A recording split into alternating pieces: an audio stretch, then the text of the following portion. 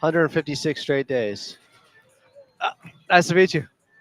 156 straight days of Clippers talk. I'm nice to everyone that deserves it.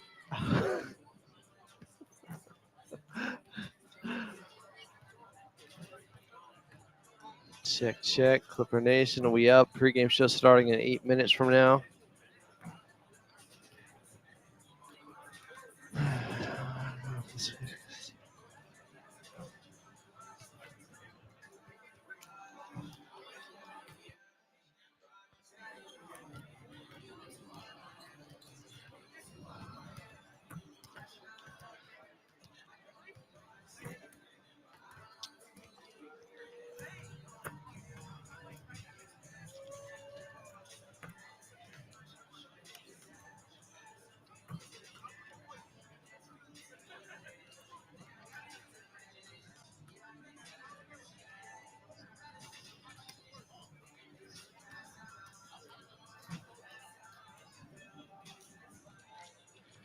I don't think you do, Mio.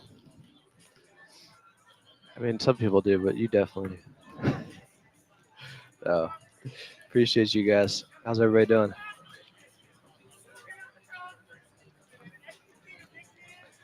Wow, Alex Webb sitting courtside like a G. Doing a big courtside.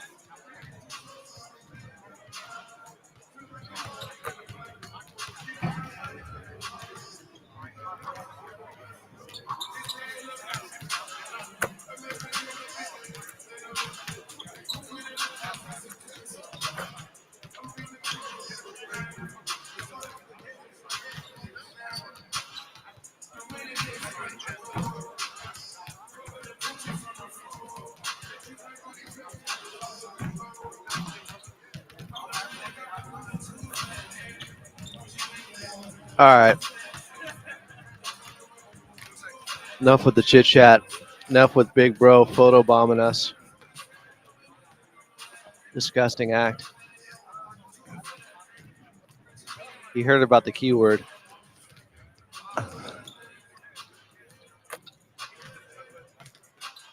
Show starts in 2.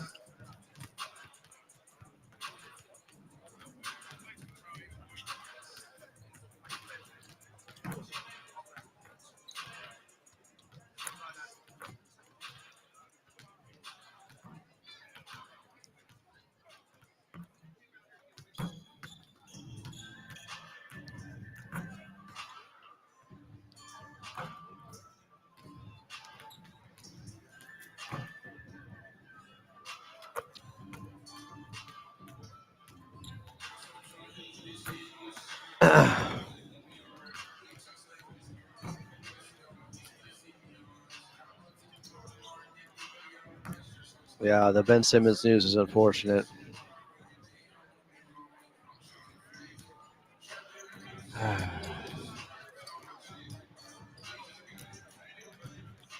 Really use them. Get well, Ben.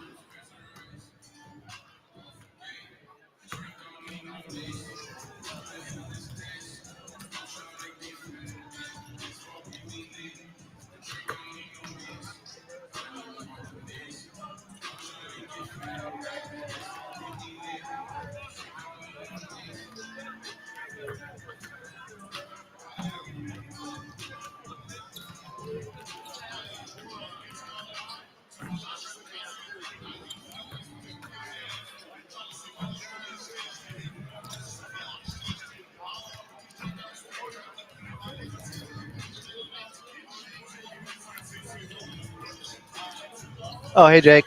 Sorry, I didn't know you were recording.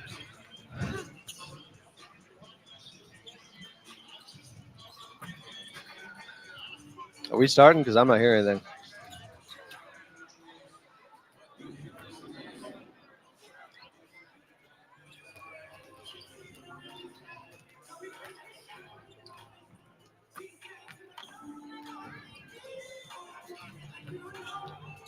Oh, man. What was the issue? You need to talk to Jake?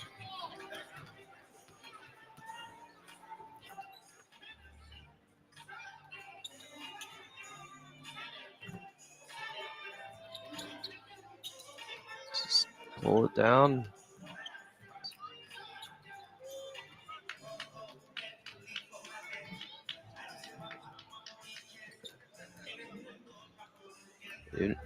Even if you crash out of Fox, it's fine.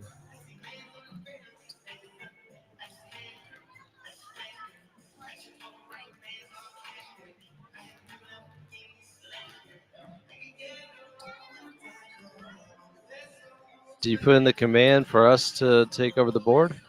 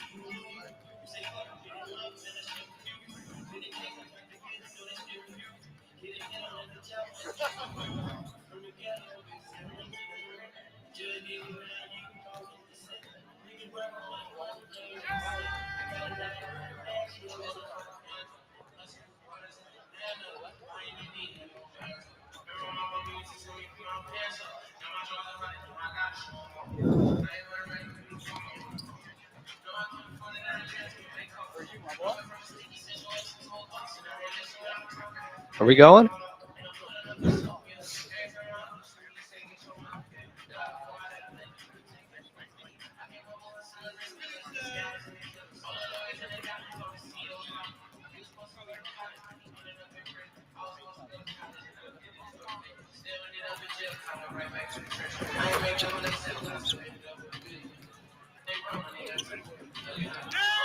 Oh, better late than never. Welcome into Clippers Countdown as your 34-29 LA Clippers are in the final game of this 3-game homestand and are going for the sweep against a team right behind them in the standings in the 33-29 new look Sacramento Kings, who have taken the crown off of De'Aaron Fox as they placed it upon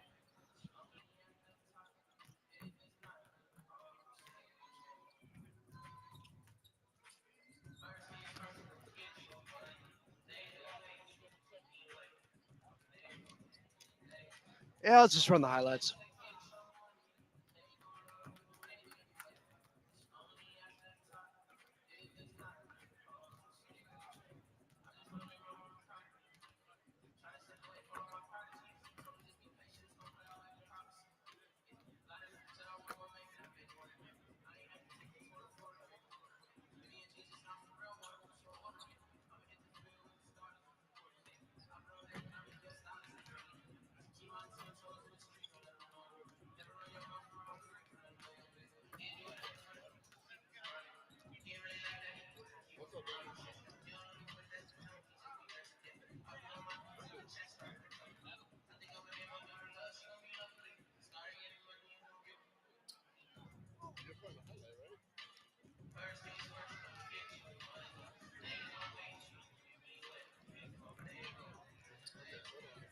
Bogdan came through, and the Clippers had 4 starters in double figures as James Harden led them with 27, and they held the New York Knicks to just 95 points in their 10-point victory, as it looks like they're getting back to what they do best, which is shutting down the opposition by playing swarming defense for 48 minutes. Now can they do it against a Pac-Div rival? Tip-off between the Clippers and Kings is just about 58 minutes away. Here at Intuit Dome, coming up, we got an assistant coach joining us in B. Shaw. But up next is your radio voice of the Clippers and Carlo Jimenez as you're listening to the Los Angeles Clippers Audio Network.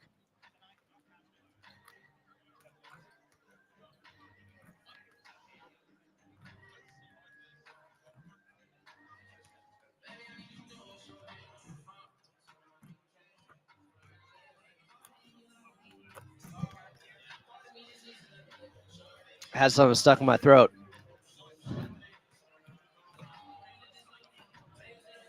What's up with us not starting on time? That's what I'm saying, the macro.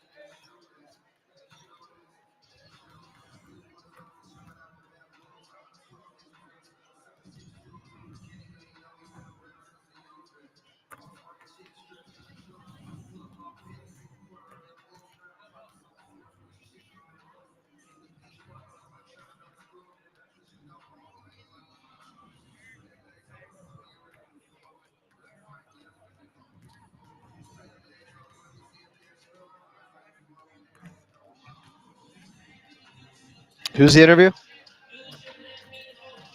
Thank you.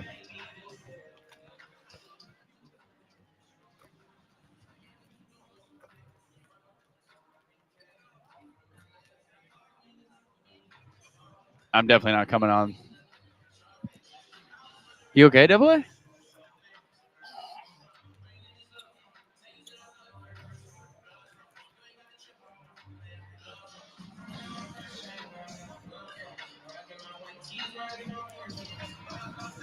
Clippers taking on the Sacramento Kings here at Intuit Dome. Tip-off is just 55 minutes away. Welcome in. I'm Adam Osland. Rough start to this one. Going to be a strong finish, though. Clippers taking on their Pac-Div rival in the Kings here at Intuit Dome, and tip-off is 55 minutes away. Coming up, you're going to hear from assistant coach Brian Shaw, I believe. But right now, join the show. It's your radio voice of the Clippers in Carlo Jimenez. Carlo, how we doing? Adam, what's up, man? I'm good. I'm sad I'm leaving you after this game, but home has been good for the Clippers this season. It continues to be with 2 straight wins on this 3-game homestand and a big one against the Knickerbockers last time out. Clippers with a 10-point victory, 105-95 over the Knicks on Friday night. What did you see down the stretch of this one where the Clippers were able to hold on in a tight one? I thought their defense in that fourth quarter really showed out. 17 total points for the Knicks in the fourth quarter. It was just really impressive the way the Clippers were able to slow that Knicks team down, get back in transition, and make their offense tough in the half court. Kawhi Leonard, a couple big steals in that game. He got back defensively. I thought Ivica Zubac running the middle of the floor was great time and time again, beating everybody down the floor. The tallest guy on the floor for the most part, and then Nico Batum. His defense on Karl-Anthony Towns throughout the night was just excellent. 34 minutes for St. Nick in what is his 19th year of professional basketball, 17th in the NBA, and maybe, Adam, his best offensive game as well. Yeah, most minutes he has played in the game this season with 34. I thought Ivica Zubac was being fed early and often. 16 and 14 is what he ended up with, but a consistent force out there, and he led them in the plus-minus category. It was great in that ball game. 18 shots for him, 14 rebounds, 16 points, plus 19, like you mentioned. Just his ability to be effective. Ivica Zubac, Adam, his last 3 games, he's averaging 19 shots a contest. Is that okay for you? If we get that up to 20, Wow. 21, it'd be a lot better. Guys, I just like to point out, Zoo has shot it 16 or more times, 12 times this year. He did it twice all of last season, and Adam's complaining. Look, So, I'm just demanding you're of my just moving guy. goalposts. You're just Moving goalposts. More Zoo, more problems for the opposition. But That's how all I'm much saying. is enough? Never. So the goal, there is no goalpost. There's no goalpost. You're saying if the Clippers went out there and let's say Zoo took all 88 shots on offense, you wouldn't complain. Look, if Big Zoo is holding up a 100 at the end, like Wilt Chamberlain, But then I'll say job well done by the Clippers getting him the basketball. there has to be some sort of limit where it's too many shots. We'll let you think about it. I strongly disagree. Okay.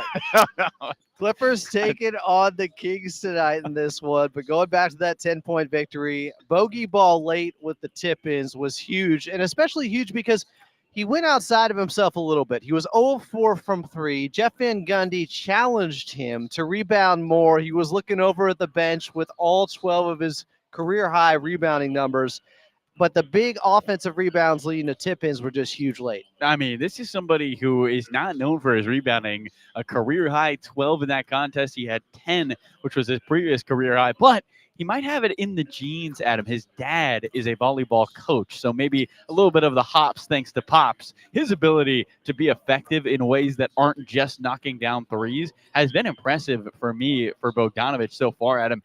Despite being over 4 from distance, his fingerprints all over that contest. He was a +7 off the bench for the Clippers, just continuing to show his versatility, something that Ty Lue has been very surprised about and pleasantly surprised that he can do a lot for them on the offensive end without the ball or with the ball in his hands.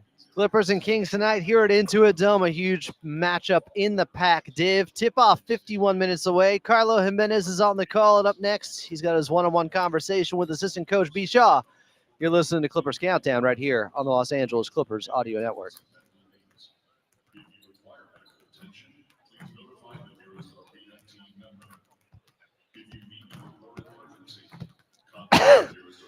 I got like a peanut shell stuck. Like I thought you were like ill. I was concerned. No, I don't know. Maybe I'm allergic to peanuts all of a sudden, or maybe there's a peanut shell stuck in the worst spot. We can do the Heimlich. I learned. We can do it in front of Clippers. CPR immediately. I'm sorry, chat.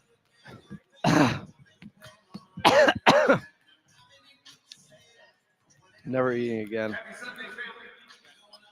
At least before I go on air. Good Lord.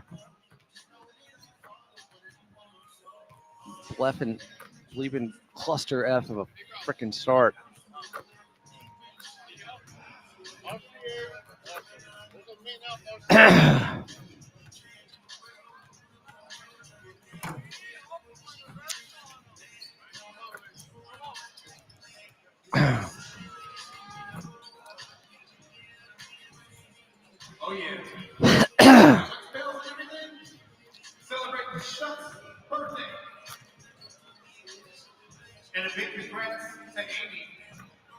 How's it going, chat?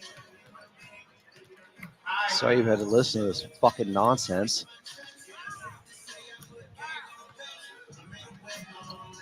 I'm drinking water. I'm doing all the right things. It's like a peanut shell, like that little coating of the peanut, a little sliver.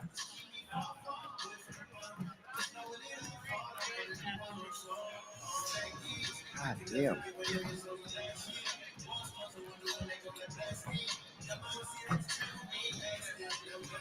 What's up, man?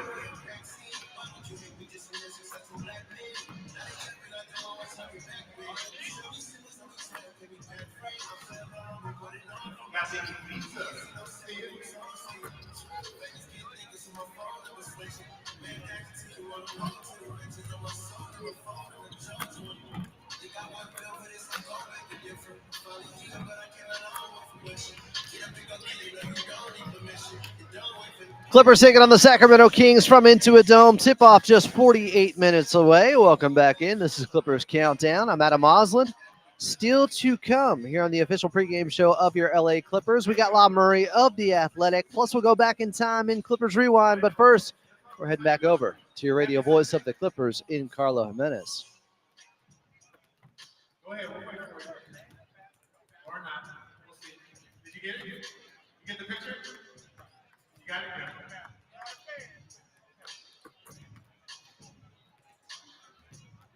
That was close.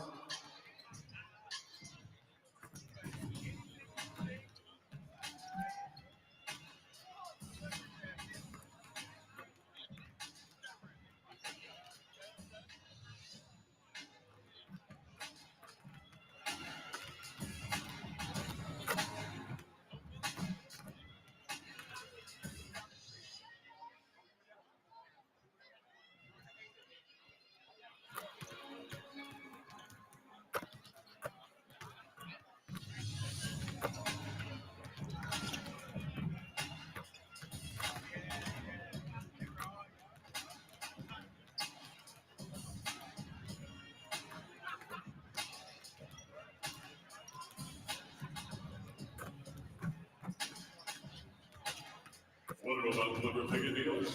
Let's text. Sign up by texting SCORE to 213-577-8233. Once again, it's SCORE to 213-577-8233. The Intuit Dome app is powered by AT&T. Be sure to complete your full profile to unlock the full Intuit Dome experience.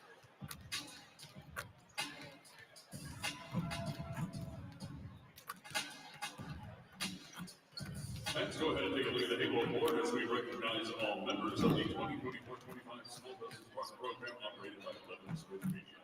All of our small business partners are local to the greater Los Angeles area. We're proud to have them as part of Clipper Nation. You know, if you own a small business and you'd like to learn more about the program, then just visit 11sportsmedia.com/Clippers. Hey, college students, are you looking for off-campus activities in 2025? Then join the Clippers' new College Rush program and be the first to hear about special offers, college nights, and free shuttles from campus, and so much more. Go ahead and sign up at clippers.com/collegerush. Clipper Nation, today is the last day to shop the deal of the week. Women and youth up to 50% off only online.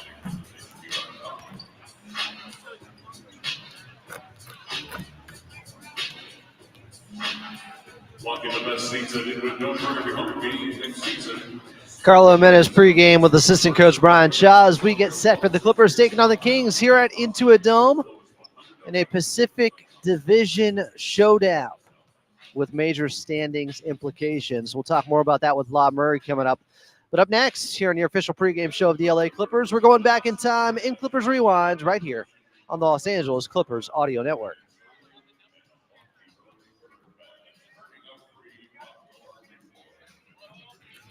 Maybe the key is to keep eating, and it'll flush it.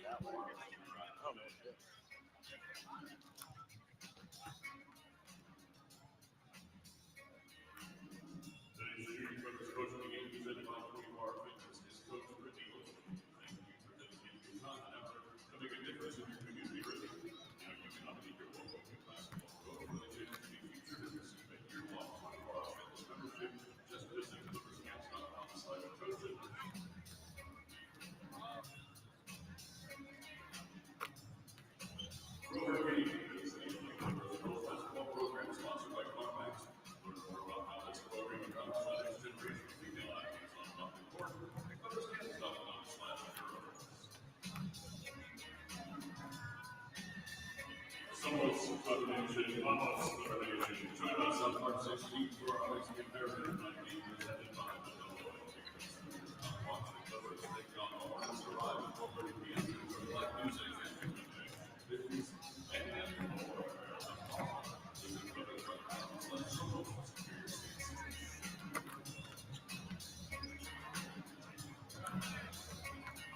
Elimination, our guys will be back in action next Sunday, March 16th. We'll be taking on the Charlotte Hornets tip-off 4 p.m. Doors open at 2:30. To get your tickets at Clippers.com/tickets for Ticketmaster. Once again, that's a 4 p.m. tip-off.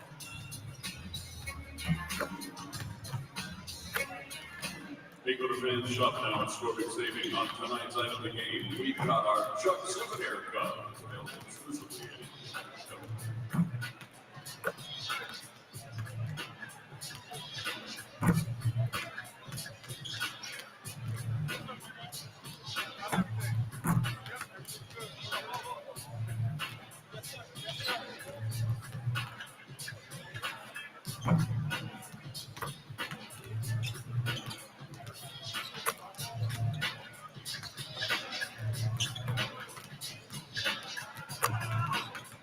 Clippers taking on the Kings here at Intuit Dome. Welcome back in. I'm Adam Mosland. This is the official pregame show of your LA Clippers. Still to come, we'll go back in time. Plus, we will get to your player to watch, and Law Murray of The Athletic will be here. But you know what? We'll go back in time right now. We're going back to January 31st of 1992 when the thriller, The Hand That Rocks the Cradle, with Rebecca De Mornay was out in theaters. Color Me Bad's All for Love was out on the radio. And your LA Clippers were playing the Sacramento Kings at their old Arco Arena.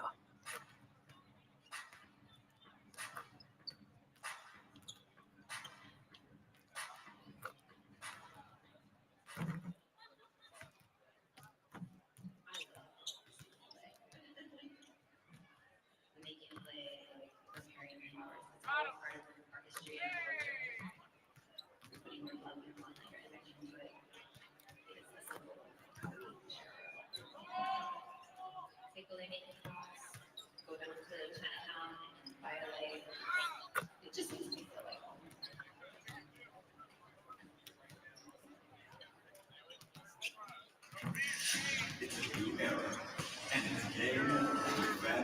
Yeah, unfortunately, The Rock, Mitch Richmond there, would hit the game winner against the Clippers. He's not playing for the Kings, though, tonight.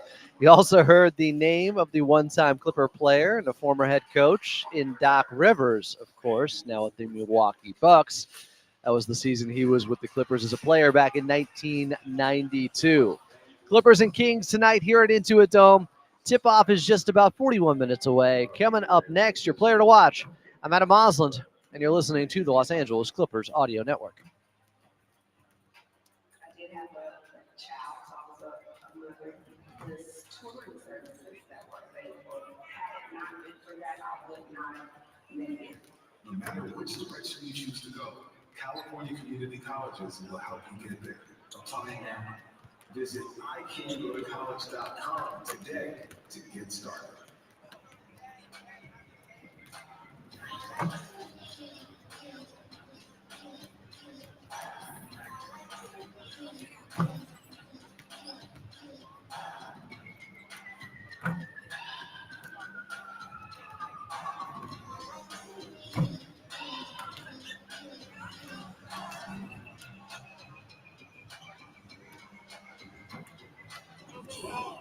Movement that inspires.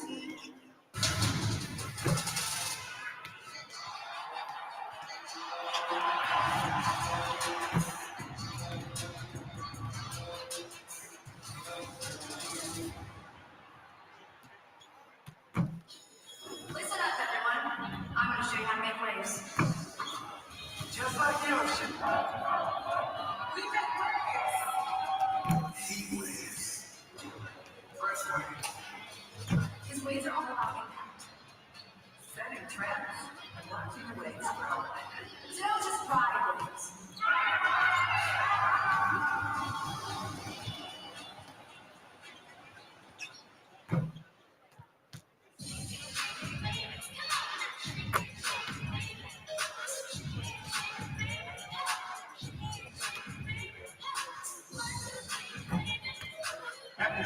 So we got popcorn, we got hot dog, so we got street dog. There we go. You got hot sauce up here? Any hot sauce? No? Oh, ketchup. All right.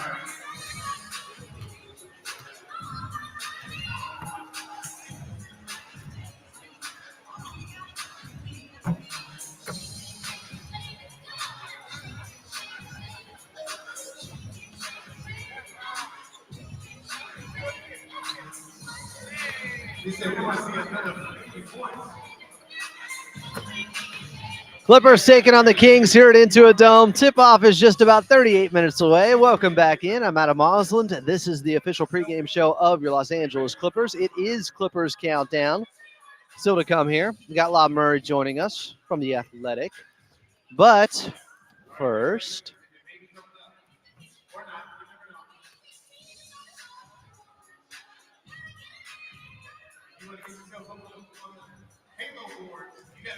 I don't normally make this guy my player to watch because he's far too good and it's too easy of a pick. But I want to see Kawhi Leonard find his shooting rhythm. Kawhi Leonard, my player to watch tonight against Sacramento. Played 37 minutes, went just 6 of 18, and went 0 of 4 in the fourth quarter in their victory over the Knicks on Friday night, 105-95 here at Intuit Dome. But I want to see the Claw be a more consistent force throughout the minutes he's out there, probably around 36 in this ball game. Now, he did get to the free throw line late in the fourth quarter, and I took that as a big plus because while his shots weren't falling, he stayed aggressive out there.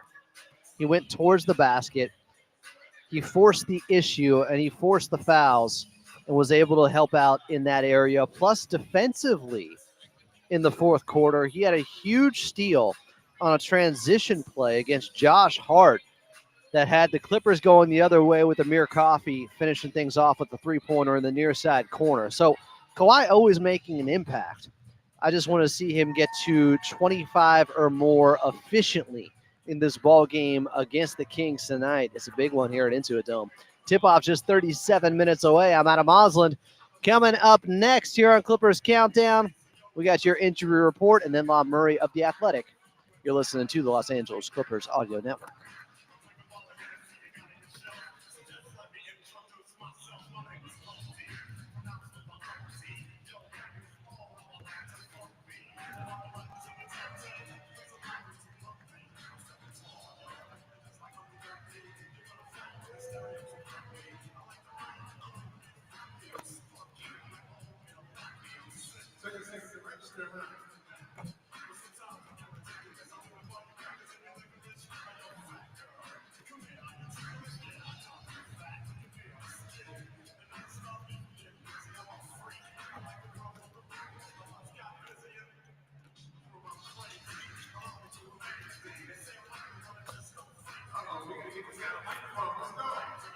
Do you remember how to do the humpy dance though?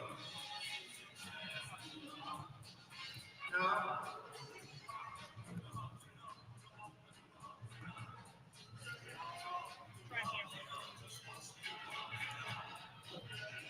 Hey, does anybody want a wristlet?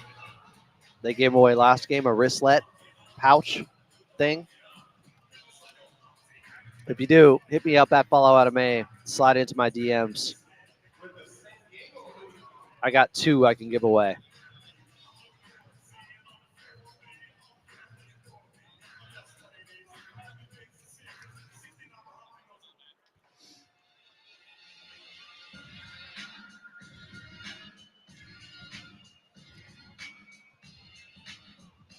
A very good evening, and welcome to everyone. I'm Eric Smith, your Pokemon announcer.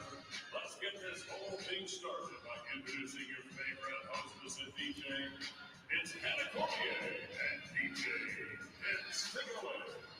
Thank you so much, Mr. Erickson. Clipper Nation, and welcome in. Happy Sunday. The vibes are already starting off great. DJ Din, how are you doing? You know what? I'm excited. Like, I couldn't sleep last night because it was Chuck's birthday today. Like, I was just excited. I was like, who's he going to bring? What's going to happen? Sorry, that's how I was feeling. No, and I'm going to know these things. Thank you. And Clipper Nation does as well. Today is going to be so much fun. Clippers taking on the Sacramento Kings here at Intuit Dome. Welcome back. I'm Adam Moslin. Tip-off just 34 minutes away here on the official pregame show of your LA Clippers. It is Clippers Countdown. Coming up, we got La Murray from The Athletic. But first, let's get to your injury report. Brought to you by Prize Picks. Prize Picks, do you know about it? It's daily fantasy sports made so easy. And all you got to do is pick and go to download the app today on Prize Picks and use code KLAC to get $50 instantly after you play your first $5 lineup. Prize Picks, run your game. Again, download the app today and just use that code KLAC to get $50 instantly after you play your first $5 lineup. Prize Picks, run your game. That injury report goes as follows. The Kings without a couple of key players in this one. No Malik Monk, no Domantas Sabonis. The Clippers still without Norman Powell, of course, with the right hamstring strain. And then Ben Simmons is not traveling with them even on the road trip. So he'll be out the next 3 games after this, too. We found that out earlier in the pregame show from Coach Lou. Coming up next, it's La Murray of The Athletic. Clippers taking on the Kings here at the Dome. Tip-off 32 minutes away. I'm Adam Osland, and you're listening to the Los Angeles Clippers Audio Network.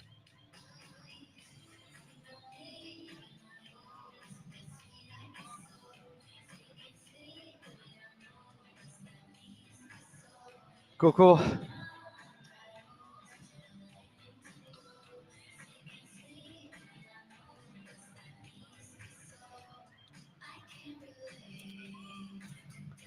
I like where your head's at, Melvin.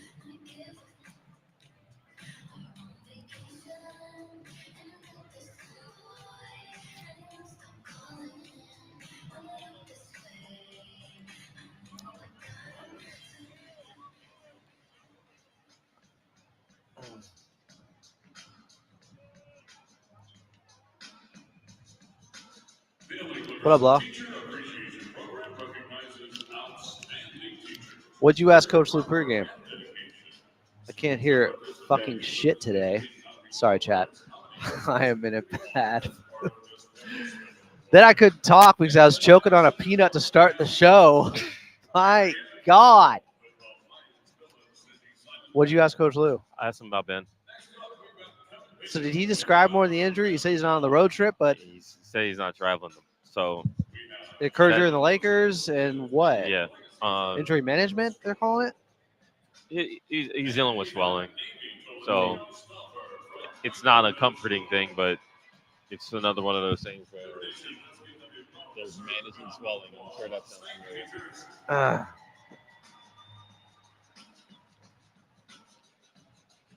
But he sounds like he's closer to a return than anything else. Sounds like he's closer to being back than, anything extended.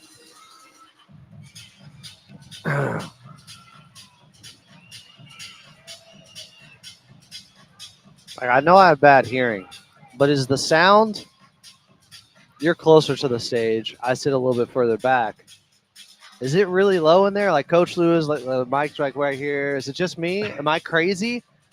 I think anything involving my voice at a press conference is going to be difficult.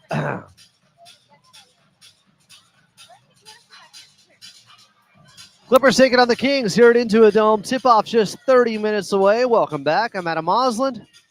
Coming up, we'll get you an NBA out-of-town scoreboard. But first, we have a moment. Let's pause 10 seconds for station identification here on the Los Angeles Clippers Audio Network.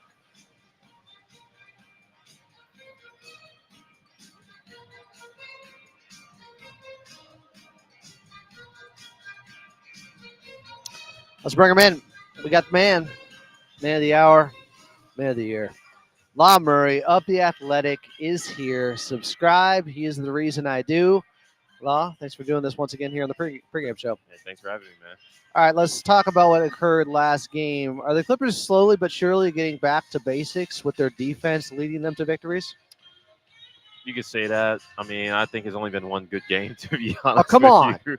They played well against the Knicks, and they better had, to be honest with you, the Knicks were playing a very foreign lineup when you consider Jalen Brunson was only missing his second game of the year, and that they had played in overtime the night before. Every starter played over 40 minutes. So I think the Clippers did their job. They took the Knicks away from things that were comfortable. I think guys on the Knicks still played well, but obviously not well enough to win a game. So that's a good thing. They didn't let any surprise heroes emerge from that game. But now it's about consistency. I think Friday night was good because they beat a team that honestly the logistics set them up to beat. And tonight is really a game they need. It's a playoff game against a team I think they have as many losses as. So uh, they've defended the Kings well before they got Zach LaVine, before they made the coaching change. Now they need to validate it with another win that would give them the season series tonight. And going back to what happened on Friday, Nico with those 17 points and playing 34 minutes, a season high. He talked a little bit about his minutes distribution and what it could look like moving forward. Is this something where the Clippers maybe have been saving him because he played and has been playing ball year-round so much and was just used for heavy minutes for Team France? That's exactly what it is. That's exactly what it is. I mean, I talked to Nico about it actually after the game. I didn't post it because I have better things to do right now than to post on social media, so I apologize. But Fair enough. the conversation was had. It's out there, and like we've seen this for Nico the last couple of years. We saw it last year in Philadelphia. The Sixers needed him more later in the season than they had over the duration of the season, and we saw it in the previous year with the Clippers, where guys go down. Paul George went down. Marcus Morris kind of got whatever you want to call it parked, and it was Nico who was starting and Rocco who was temporarily in that second unit. And, I think this is a good spot for Nico. I mean, I'm not sure how long he's going to continue to start, but he's starting right now. He's starting again tonight, even though Derek Jones Jr. is back again. Chris Dunn obviously is going to continue to start. And you can probably see that arrangement until Norman Powell gets back. Hopefully that happens a week from now, depending on, how his return goes. I'm hearing good things about him. So, the thing with Nico is it's a bonus when you get a game like that Friday. Like Nico scoring however many he scored Friday night is like James scoring 50. If both of those guys more than doubled their scoring average for the season, that's how I look at it. So but Nico's game is really simple. He's going to make the right pass. He's going to be in the right spot as far as spacing is concerned. He can defend multiple positions, like actually defend multiple positions, not pretend like some of these other guys do. So whatever he can do, if it's positive, and he can, this playoffs now, so they need him, and it's good that he can produce in extended minutes if that's what they're asking him to do. How do you see this with Kawhi being moved down to the 3 next to Nico at the 4? Is this something maybe Kawhi is in favor of? I don't really put a lot of stock into that, and that's not just because of what I've said for a long time about what position Kawhi plays. It's just when you look at who Kawhi is guarding and who Nico is guarding, like you're gonna have to, if you're switching, you're gonna have to guard everybody anyway. And if you're not switching, Nico is probably more likely to guard up. Like he guarded Cat against the Knicks. Technically, Nico's been asked to do a lot of center-related things. David Zubats was guarding Josh Hart because they want. Josh Hart's game is much more effective when he's going to the basket, and if your emphasis is take away Josh Hart in transition defense, that's not just on one person, that's on the entire team to take away Josh Hart in transition. That dude, Josh Hart, still had 20 rebounds the other night, you know what I'm saying? So you're not looking at just the individual impact, you're trying to stop the teams here. And as far as Kawhi goes, it's like, look, whoever he lines up against, Kawhi's been doing a lot of guarding down. When there's a big, bulky guy, James Harden's taking on that matchup. Again, this is a Clippers team that switches a lot too. I look at the offensive impact, and no matter who he's playing with, Kawhi is going to be one of the top options offensively. He's going to have to produce there, and all Nico does on offense is space the floor. All Derek Jones Jr. does, to be honest with you, is space the floor. Derek is a little bit more likely to put the ball on the floor. When Norm gets back, that's going to be what's more interesting. You mentioned the rebounding there from Hart. How about Bogey with a career-high 12 boards and those tip-ins in the fourth quarter? I guess he was challenged from Jeff Van Gundy to get a few more rebounds out there, and Bogdanovich takes well to coaching. He had all 8 of his points in that fourth quarter, but he's had the ball in his hands some. You see like Kawhi in the fourth quarter, doesn't have the ISO matchup, gives it back to Bogey. Bogey runs pick and roll to beat the Zubats. How much can he help out, just alleviate that burden from Kawhi and James? Man, it's huge. I mean, and we didn't just see that against the Knicks. He had the ball in his hands and had a great fourth quarter against the Pistons. Like that's what they've been needing. Like that's what they needed against Phoenix when they blew the lead. Like Bogey wasn't involved. Like Bogey had one bad turnover. He wasn't involved. I think more Bogdanovich is a good thing for a number of reasons. Number one, you do want to alleviate, what James is trying to do. I mean, James is going to carry you probably most of the game, and Kawhi is going to try and do his thing to be involved.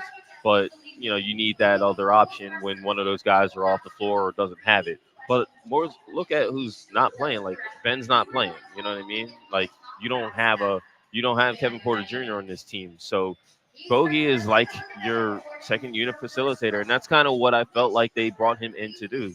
And maybe Teron Lue was surprised by that, but I don't think the front office was surprised by it. Like that's what the selling point was for getting Bogey. It wasn't because he was having a good season in Atlanta.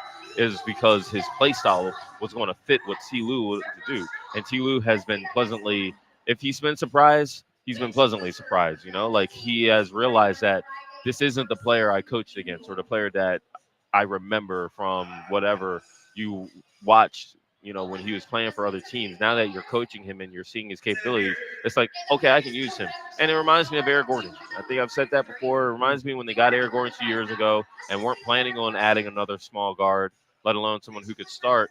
And they realized, look, we're just going to try and play through Eric. So, I mean, I give the front office credit for understanding that it's not all about the numbers. It's about how someone might fit your team. And I give Teron Lue credit for leaning into that now that he understands who he's working with.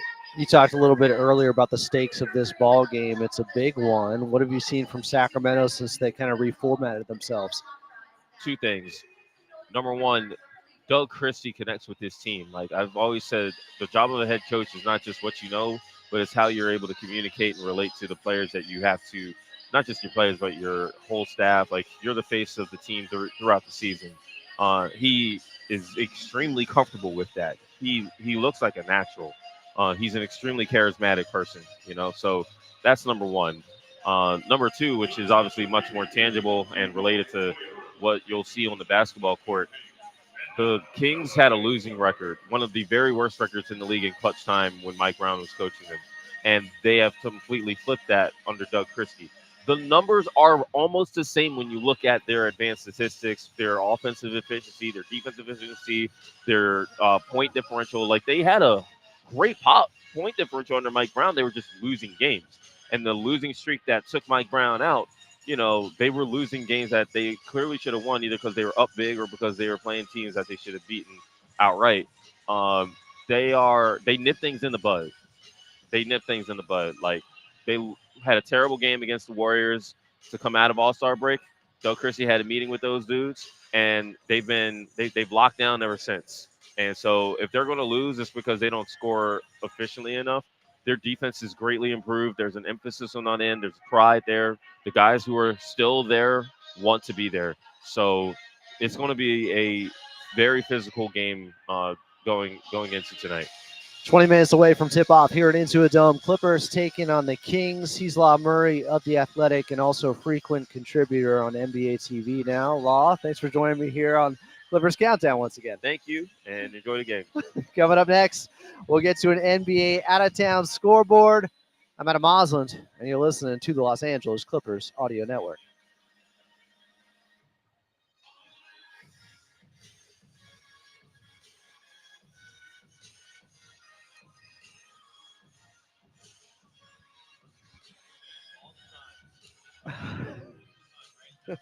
I'm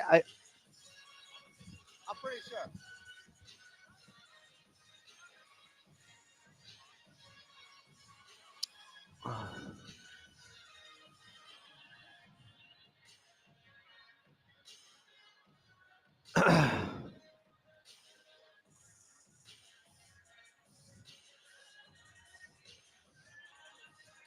How we doing, chat? I think I figured out my issue.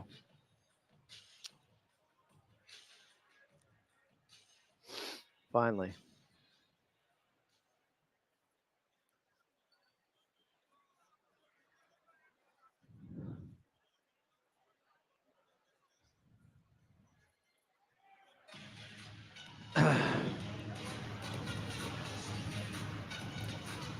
Frustrating.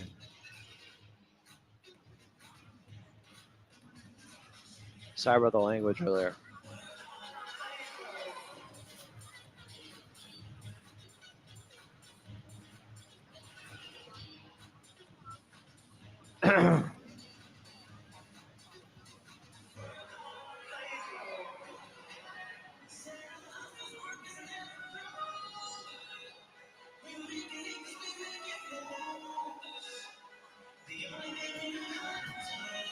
Good evening, Todd.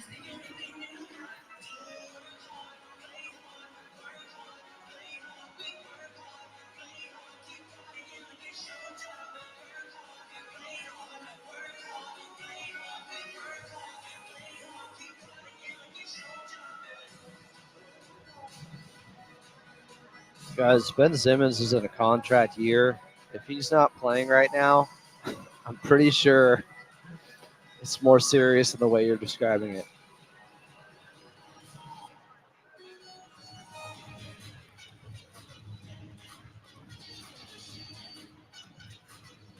Clippers taking on the Sacramento Kings here at Intuit Dome, and tip-off is just about 18 minutes away. I'm Adam Osland. Welcome back in.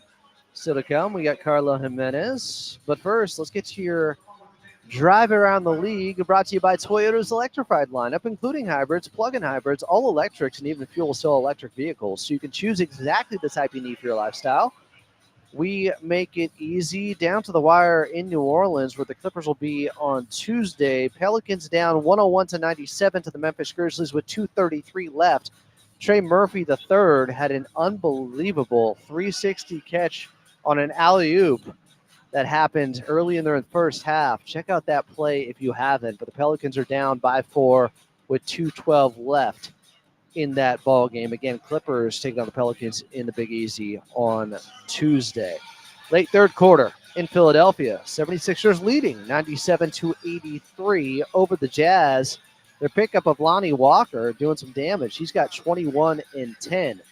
At the half, it's the Bucks down 10 to the Cleveland Cavaliers in Milwaukee. 62-52 is the score. Evan Mobley out of USC with 12 and 6. Giannis Antetokounmpo with 18 at the half. One more score at the half for you. Timberwolves up 8 at 68-60 over the San Antonio Spurs. Jaden McDaniels with 11 for Minnesota. De'Aaron Fox, former King, with 15 points. And you know what?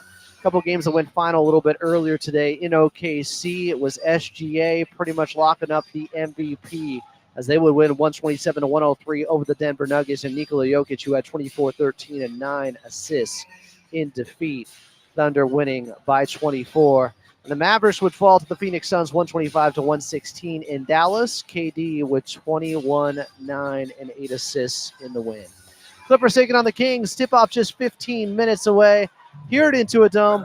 Coming up next, we got Carlo Jimenez right here on the Los Angeles Clippers Audio Network.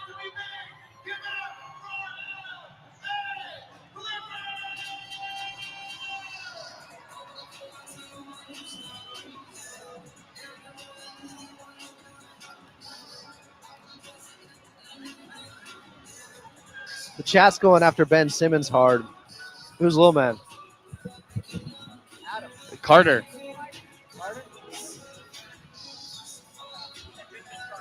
Oh, yeah. Carter is joining us for the first quarter. Nice. And then he has a signature three-point call for Kawhi. So after you intro, would you mind switching headset for him, like in the middle of action? Oh, in the first? Yeah, just the first. Yeah, just tell me when. Okay. Then we'll get Carter. Carter, if Kawhi hits a three, I'm going to need you to call it, okay? You got it? All right, cool. Oh, Barley, my bad. I should have told you. We can turn it off till game starts. My bad. I did not let you know that.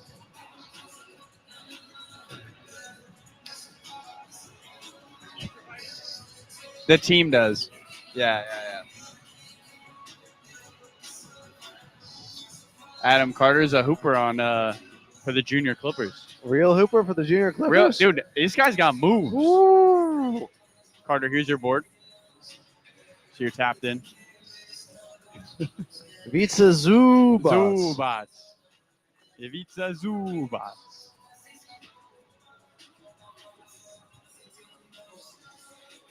Locked in over here. Let's go.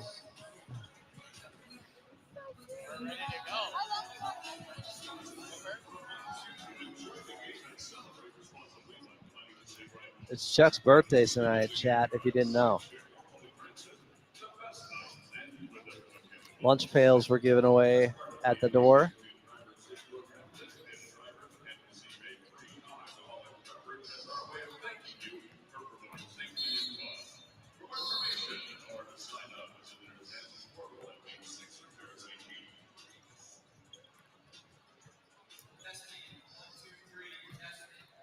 Clippers taking on the Sacramento Kings here at Intuit Dome. Tip-off is just 13 minutes away. Welcome back in. I'm Adam Osland. Still to come. We'll get to your keys to victory. But first, let's get back over to your radio voice of the Clippers, hanging out with Carter. It's Carlo Jimenez. Carlo, what's good? Yeah, we got a special guest in the booth for the opening quarter and a little change. Carter's here hanging out with us. A junior Clipper in the building who's got some moves out of him. He beat me in Pig earlier today, and let's just say I only gave him a P. So it was a rough go for me. Smoked him. I got smoked. I'll be waiting for the TikTok footage of that. I need it. I'm going to burn it. I'm going to make sure that doesn't get out. Well done, Carter. We'll be watching you on the court in no time here.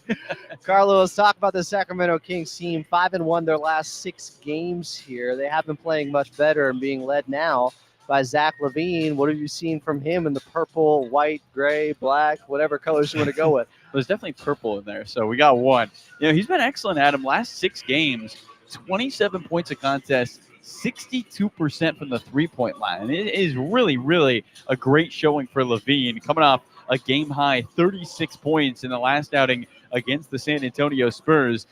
I don't want to say this to be too simplified or cliche in any way, but this looks like the Bulls team of last year. And LaVine was a huge part of their offense, and he's been a huge part of their offense now. It's a big reason why they're 5-2, Adam, with the 4th best offensive rating since the All-Star break. They've also picked up a Clipper killer in Jonas Valanciunas, who has been filling in admirably with Domantas Sabonis out with a hamstring injury. Yeah. Unfortunate. He did have 17 points in just 18 minutes when the Clippers took on the Wizards in Washington at Capital One Arena, Washington, D.C., that is. But he's been excellent for them, Adam. You mentioned it, the points per game, 15 a contest. He's only hit 1 3 in a Kings uniform, only attempted 1 3. So we'll hope those numbers stay very, very low. He's only hit 8 all season, Adam. So not the 11 he had against the Clippers back on November 29th of 2021. What's been interesting is their defense for Sacramento has been a lot better than usual with somebody like Valanciunas on the back line. Sacramento on the season, 14th in the NBA in defensive rating. With Valanciunas, they are 8th. They have only allowed one team to score more than 110 this season since acquiring Jonas Valanciunas. Really buying into what Doug Christie, their interim head coach, has been preaching. All right. Player to watch time. In this one, I may have gone with the claw, Kawhi Leonard, but I got specific with what I need from him. That's Carter's favorite player, by the way. An efficient 25. Well, Carter can pick him, and I'll pick a new one if that's the case. All right. Carter, do you have a player to watch today? Carter, who you got? Here, say it into Adam's headset, though. Kawhi Leonard. Okay, he's got Kawhi. You need a new pick, Adam. It's like I said, I got Ivica Zubac as my player to watch in this ball game, who will be battling Jonas Valanciunas at times. Carlo, who do you got? Well, Adam, we just got an update from Dennis Rogers that Ty Lue went home due to back pain, and Brian Shaw will be the acting head coach for the game this evening. So you did interview the head coach. I did, yeah. Today. Which is interesting and kind of makes sense from the conversations that went down back there. So Brian Shaw, the acting head coach, obviously he's been a head coach twice in back-to-back seasons with the Denver Nuggets, somebody who has had experience in the NBA from his playing days with Ty Lue. He was an assistant coach with the Lakers, spent some time at G League Ignite as a head coach with their development program. I don't worry, I'll get to your player to watch, but I just think something interesting to note here in this contest. Yeah, this is quite the I guess, remix of what we thought we had coming into this one. But obviously, Coach Lou, feel better. Well wishes. B. Shaw's going to hold it down as your interim head coach today.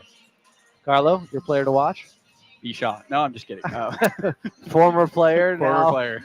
now from assistant Give me to the head first coach. player to ever hit 10 threes in an NBA basketball game, Brian Shaw. Oh, wow. I'm going to go. Yeah, but isn't that a great fun fact? I for didn't know B-Shot? that. That's Okay. pretty good. Miami B-Shot. He can shoot the rock. Give me Amir Coffey. I'm going Amir Coffey. He's been playing better as of late. Last 3 games, 57% from the three-point line. He's a much better three-point and field goal percentage shooter here in this building. End of a 3-game homestand, I can see a very, very good game from Amir. I don't hate that. He did hit a big three-pointer in the fourth quarter on Friday night against the Knicks in the near side corner. Clippers taking on the Sacramento Kings tonight here at Intuit Dome. Coming up next is Carlo Jimenez is on the call in about 8 minutes. We'll get to your keys to victory right here on the Los Angeles Clippers Audio Network.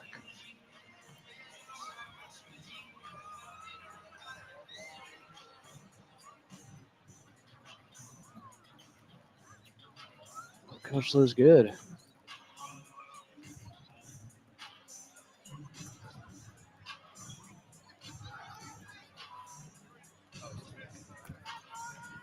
Carter, we got to show Adam your Instagram here.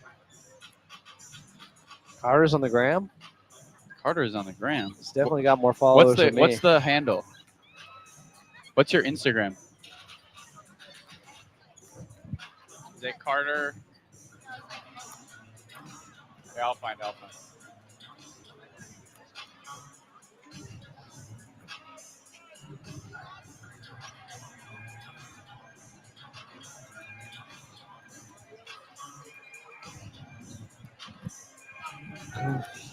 I'm gonna hit you with the follow, okay?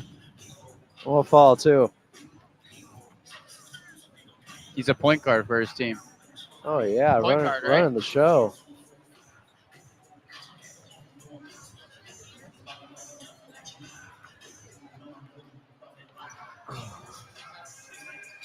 Yeah. Carter is at Coach Keith V on the gram if you guys want to follow. As we are just about 6 minutes away from tip-off. A lot going on.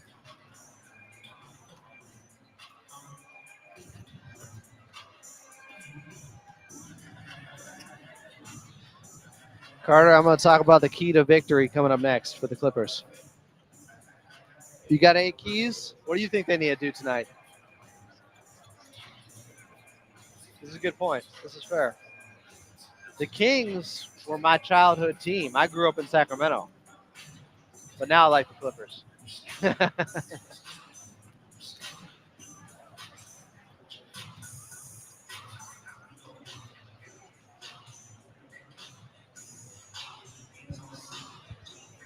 Clippers and Kings tip it off 6 minutes from now here at Intuit Dome. Welcome back in. I'm Adam Osland. Coming up, we got Carlo Jimenez on the call, and Carter's here as well. Let's get to your keys to victory. Well, Zach LaVine shooting over 60% from the outside his last 6 games. He has been on a heater, to say the least, and he has burned the Clippers in the past as a member of the Chicago Bulls. First time they're seeing him wearing the purple and black in this ball game for the Sacramento Kings. When you got a shooter that hot from the outside, you got to slow him down from the outset. The Clippers have to set the tone defensively in this ball game and make sure Zach LaVine doesn't get too comfortable out there. I'm guessing it'll be Chris Dunn on him at times early in the first quarter. All right, here we go. Carlo Jimenez is on the call as we got a huge matchup in the Pac-Div with Western Conference standings implications. Clippers hosting the Kings here at Intuit Dome, and tip-off is coming up next right here on the Los Angeles Clippers Audio Network.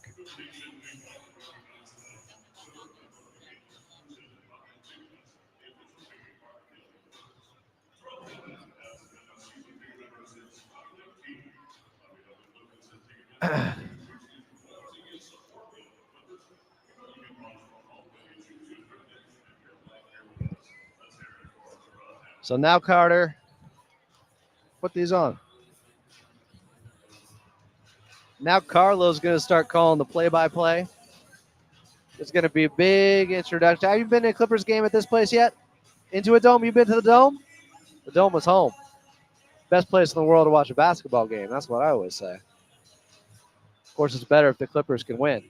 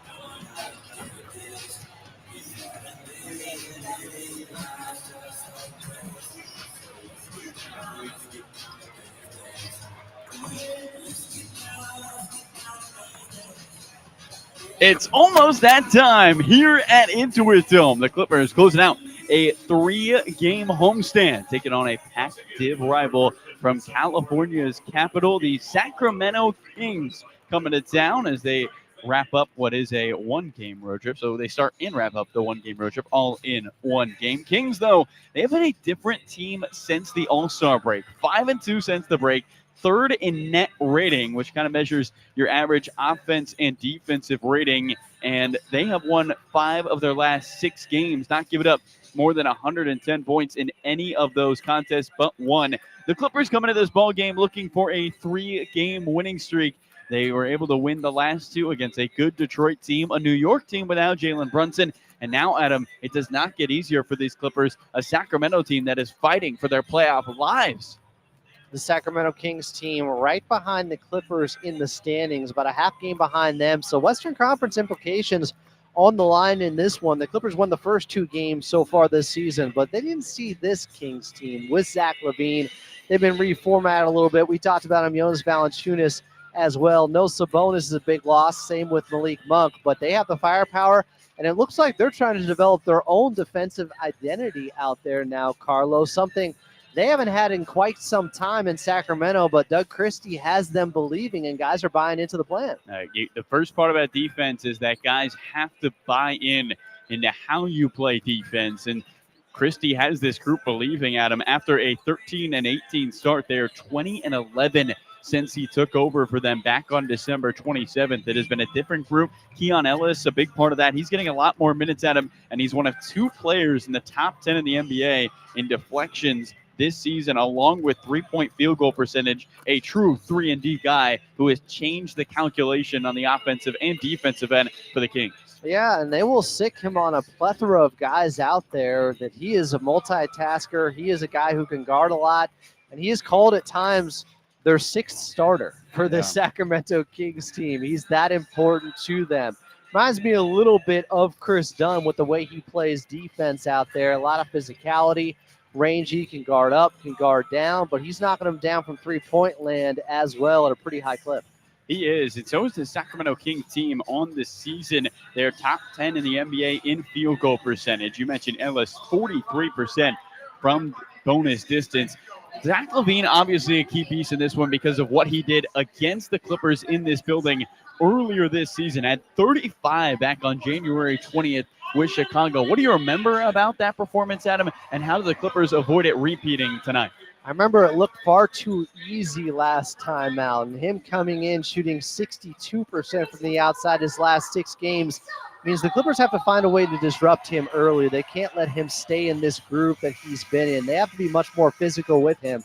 He's more of a finesse player. That's not a knock. He's just so smooth with his movements out there.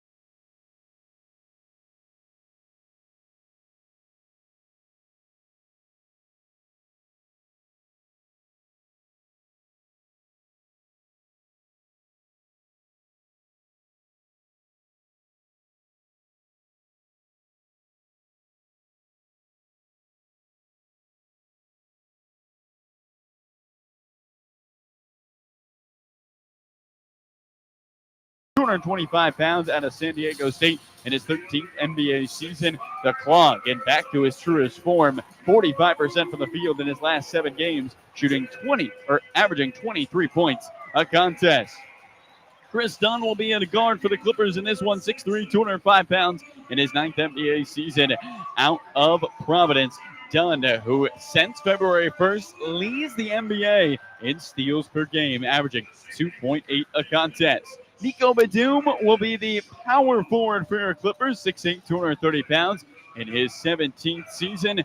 Nico had a season-high 17 points in the Clippers last game and 5 3-pointers, also a season-high for Batum. And Ivica Zubac will be the man in the middle in his 9th NBA season, 7 feet, 240 pounds.